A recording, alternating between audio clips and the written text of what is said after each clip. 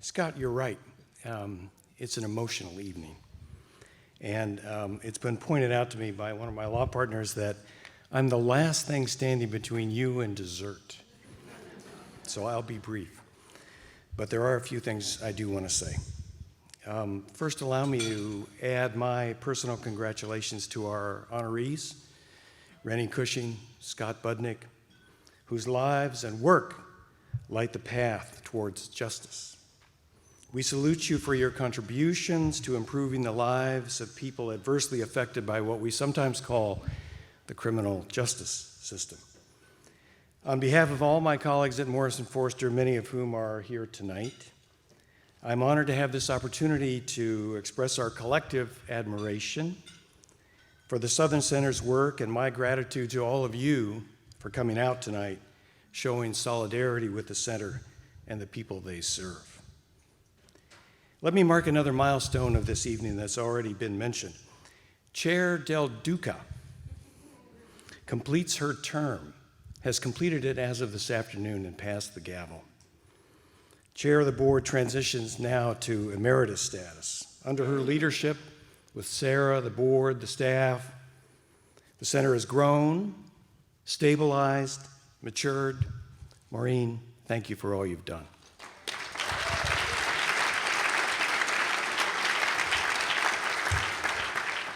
As Terica and I thought about my comments tonight, she reminded me of one of my favorite Sam Cooke tunes. You'll know it. I promised my colleagues I would not sing it, but it goes, the first few lines of it I'll read to you, you'll know it. I was born by the river in a little tent, and just like the river, I've been running ever since. And this is the part that Terica reminded me of. It's been a long, long time coming, but I know a change is going to come. The Southern Center for Human Rights is making that change happen. It has for many years and continues to do so. Changing the circumstances of people knocked down by injustice. People like Aaron Tuff. For him, Charles Brewer, Johnny Lee Gates, the many others before and after that we've seen in the years we've been affiliated with the Southern Center. The Southern Center is their last, best, sometimes only hope.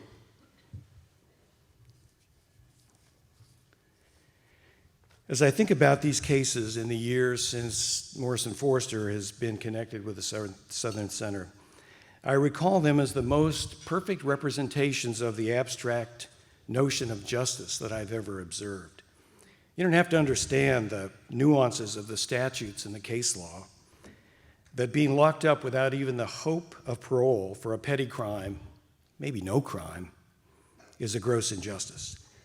And when that is corrected, one arduous, difficult, lengthy case after another, that is justice, ladies and gentlemen, pure and simple. And that is the daily business of this group, these 30 people and this board and this group. That's the daily business of the Southern Center. How could we do anything but support such an organization without any hesitation at all and without any reservation? How could we help but support it? Many of you attended this event as a guest. If you haven't yet had the opportunity to make a contribution to support the center's work, let me ask you to decide to be part of that change that Sam Cooke sang about so many years ago. And even if you have made it a donation as a law firm, as a group, as a foundation, it's time to dig deep. You've seen these stories. Be the change for women living in squalor in Southern jails, for people horribly mistreated by the criminal justice system. We all need the work of the Southern Center to continue and thrive.